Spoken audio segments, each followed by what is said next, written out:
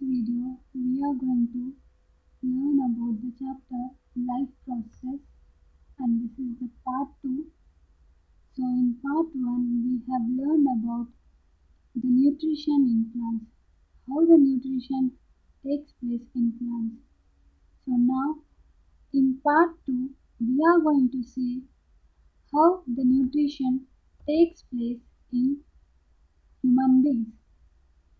So, in part 2, we are going to cover what are the definitions and how the nutrition takes place in the human beings. So, ingestion, digestion, absorption, assimilation, digestion.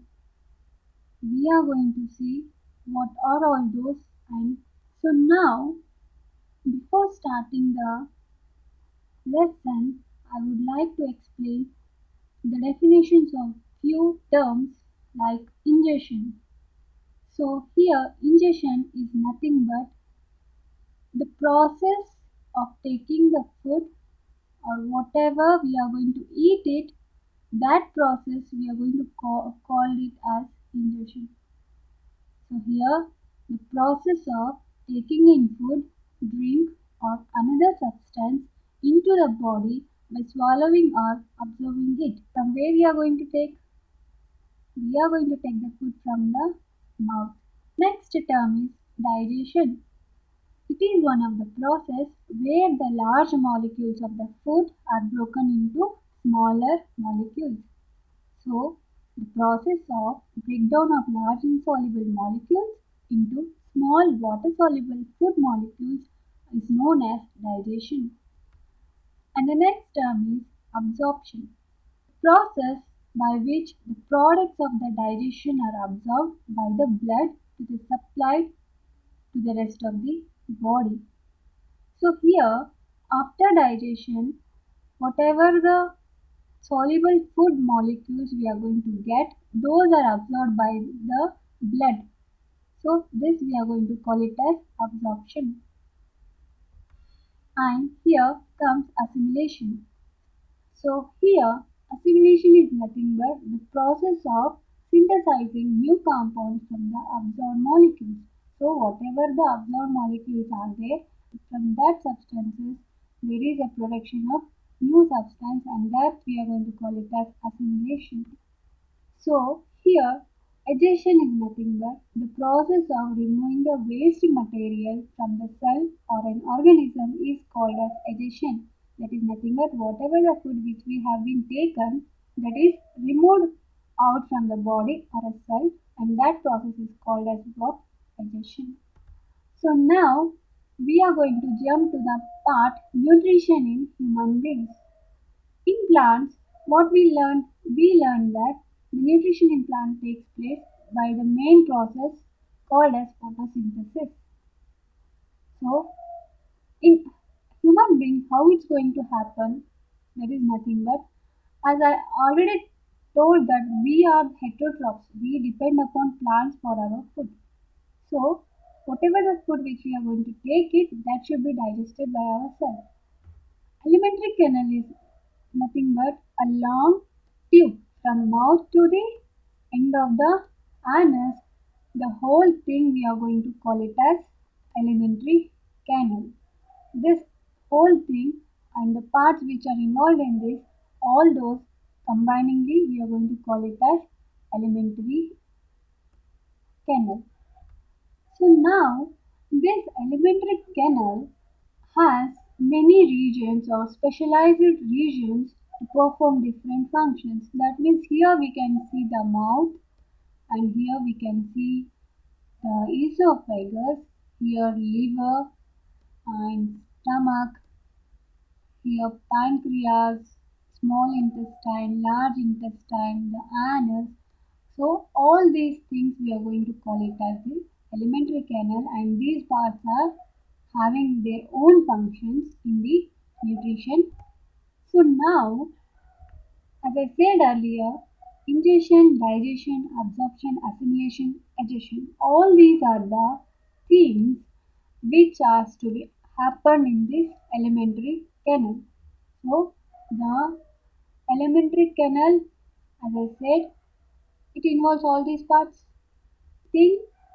So the mainly the nutrition in human beings involves all these processes, all these process and everything are continuously happening. One is not happening, the other things are also not happening. So remember, these are connected to each other. So we are going to start actually the as I said earlier, the nutrition or the digestion starts from the mouth and it ends in the anus. So what all is going to happen in the middle of this we are going to see now.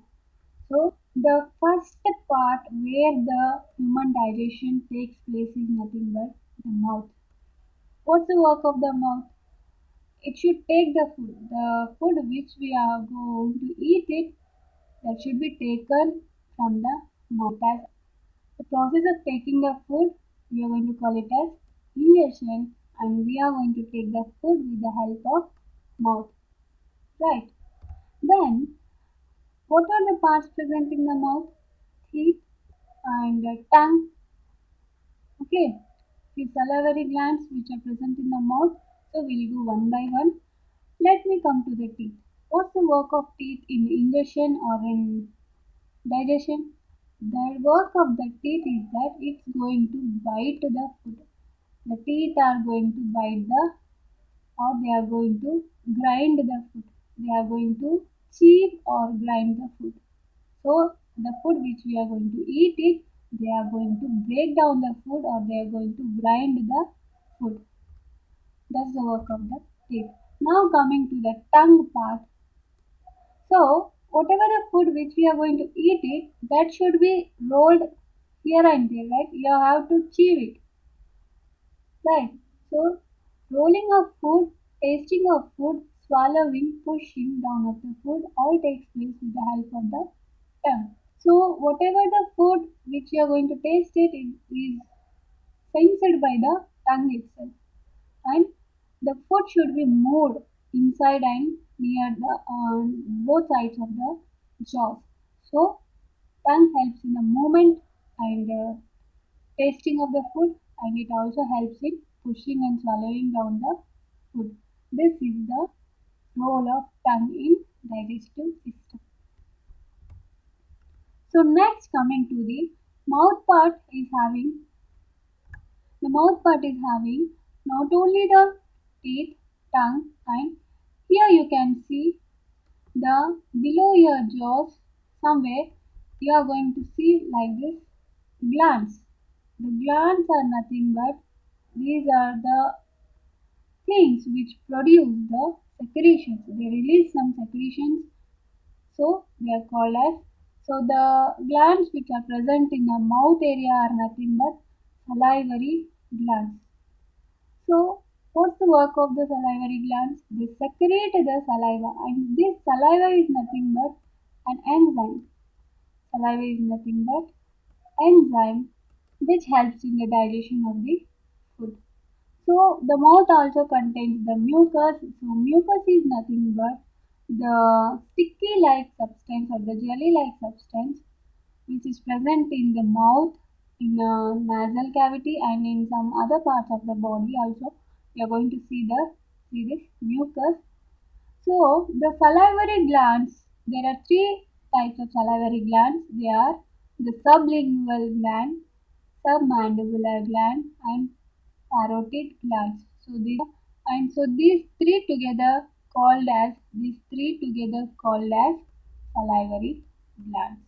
So that's the work of the salivary glands. The main work of the salivary glands is nothing but they secrete the saliva, that is nothing but a liquid substance, and it is the salivary amylase. Actually, the enzyme name is salivary amylase. They produce the enzyme called as salivary amylase, and mainly the food which we are going to eat it contains nutrients, as I said earlier, carbohydrates, fats, vitamins, right, proteins. So here in mouth, you are going to see that the starch is going to broken down. Whenever we are going to grind the food which we are going to eat, that food is the food contains starch. So the starch is digested here or it is broken down in the mouth with the help of this salivary amylase. So next, the digestive system, after the salivary mouth part, we are having another part that is nothing but esophagus. That is nothing but esophagus. So we are going to call esophagus as also the food pipe. We are going to call it as food pipe. We are going to call it as the food pipe too. So here, whatever the food which we ate, that whatever the food which we are going to eat from the mouth, it comes to the food pipe. So this is nothing but esophagus, or it is called as food pipe. How it comes? So it comes by the peristaltic movement. Peristaltic movement is nothing but the contraction and relaxation movement of the food pipe. We are going to call it as peristaltic movements. So here you can see the movements, how they are going to happen. So here you can see the contraction muscles and here the relaxed muscles. Then here you going to see contracted muscles, relaxed muscles. So this green color thing is nothing but your food.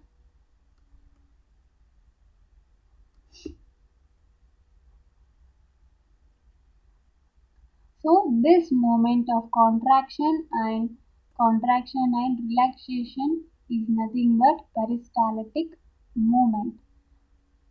Fine. After this, the food is going to enter into the stomach. So we are going to see the stomach. So this is your stomach part. This is your stomach part. Here, when after the food enters into the stomach, it secretes the stomach lining. This we are going to call it as stomach lining. We are going to call this outer. This we are going to call it as the stomach lining, right? So the food which enter into the stomach, in stomach we are going to see some gastric glands which secrete gastric juice. So here gastric juices are nothing but pepsin, HCl and the mucus. Pepsin, HCl and the mucus, these are the gastric juices which are produced by the gastric glands present in the stomach. So here, when the food enters here, the stomach lining secretes HCl. HCl is nothing but hydrochloric acid. HCl is nothing but hydrochloric acid, and this acid is released when the food enters into the stomach. So it releases. So when the food enters into the stomach, the hydrochloric acid is released by the stomach. This hydrochloric acid is concentrated more. So when the food enters into the stomach, HCl is released by the stomach. So this HCl is nothing but hydrochloric acid. So it is acid, it may harm the stomach linings. So to prevent this burning sensation or this harm, we are having mucus. We are having mucus which prevents HCl to contact with the stomach linings. So this, when this HCl is secreted, we are going to the pepsin which is also present in the stomach. What happens to the pepsin is nothing but it is going to break down the proteins which are present in the food. So the proteins are digested by the pepsin. Pepsin protein. They are going to digest the proteins which are present in the food. And coming to this HCl again, it makes the acidic medium. So the food we can say is easily digested because of this HCl itself. And next, mucus, earlier I said, it protects the inner lining of the stomach.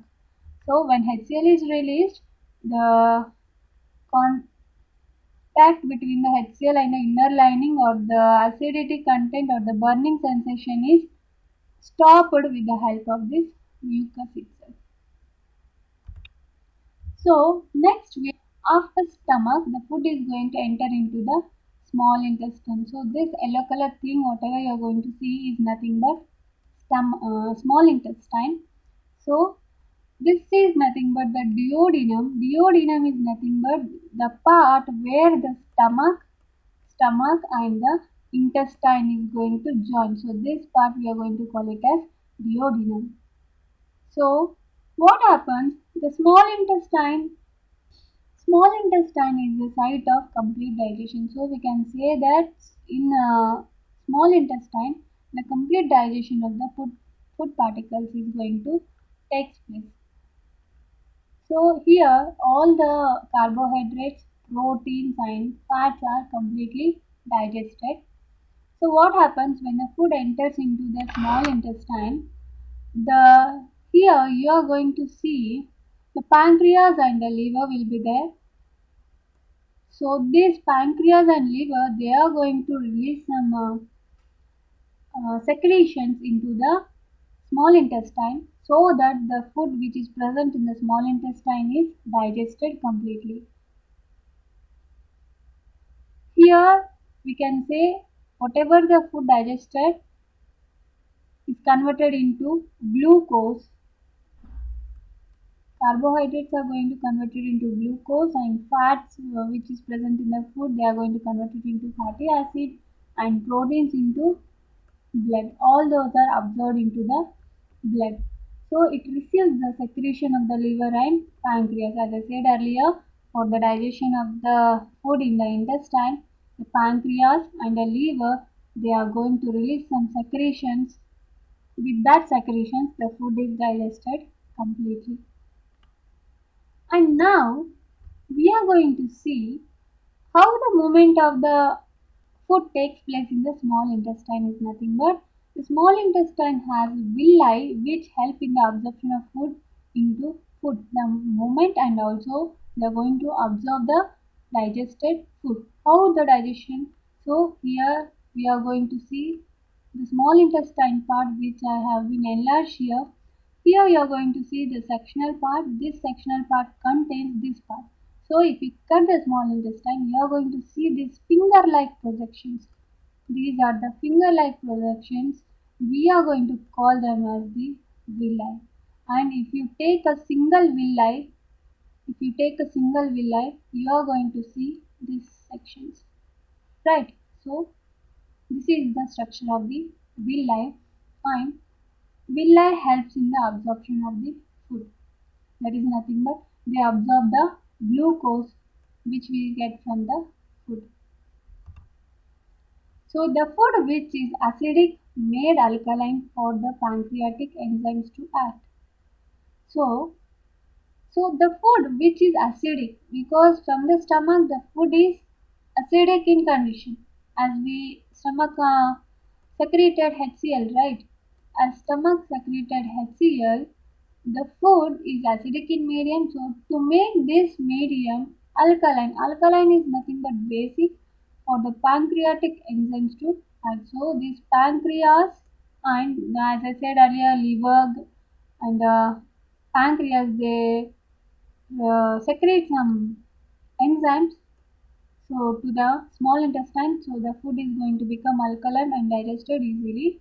The pancreas secretes pancreatic juice which contains enzymes like trypsin for digesting proteins, lipase for digesting. Actually, it is not protein. Yeah, protein itself. So this pancreas releases the enzyme called as trypsin.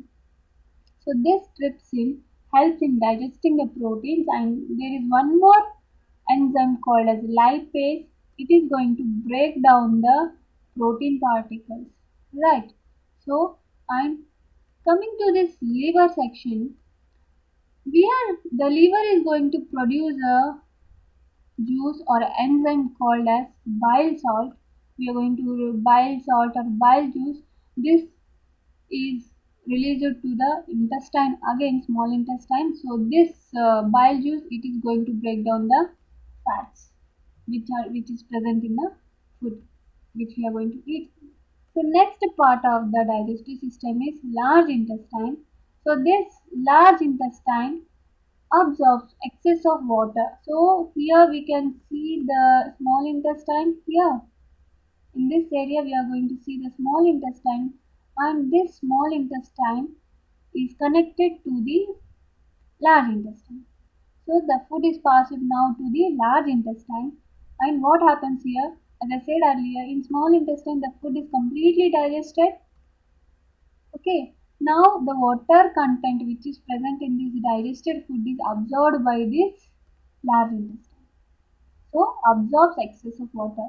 The unabsorbed food in small intestine is sent to the large intestine. The rest of the material is removed from the body via anus. So here what happens? The water content is absorbed by this large intestine, and the waste is going to remove from the body by the part called as anus. So we are going to call this whole part as the anus. So this exit of waste material is regulated by the anal sphincter. Sphincter is nothing but the hole, we can say. So we all know that anal sphincter, this is regulated, or the waste material is removed by the anal sphincter. And so these are the parts of the large intestine. We can, this is the ascending colon, and this is the, it is coming down, so we are going to call it as descending colon. And this is in a horizontal way, so we are going to call it as transverse colon. So here ends the digestion in animals or the human beings. So this is about the nutrition in a human being. So in our next video we are going to learn about the respiration process in plants and animals. Thank you.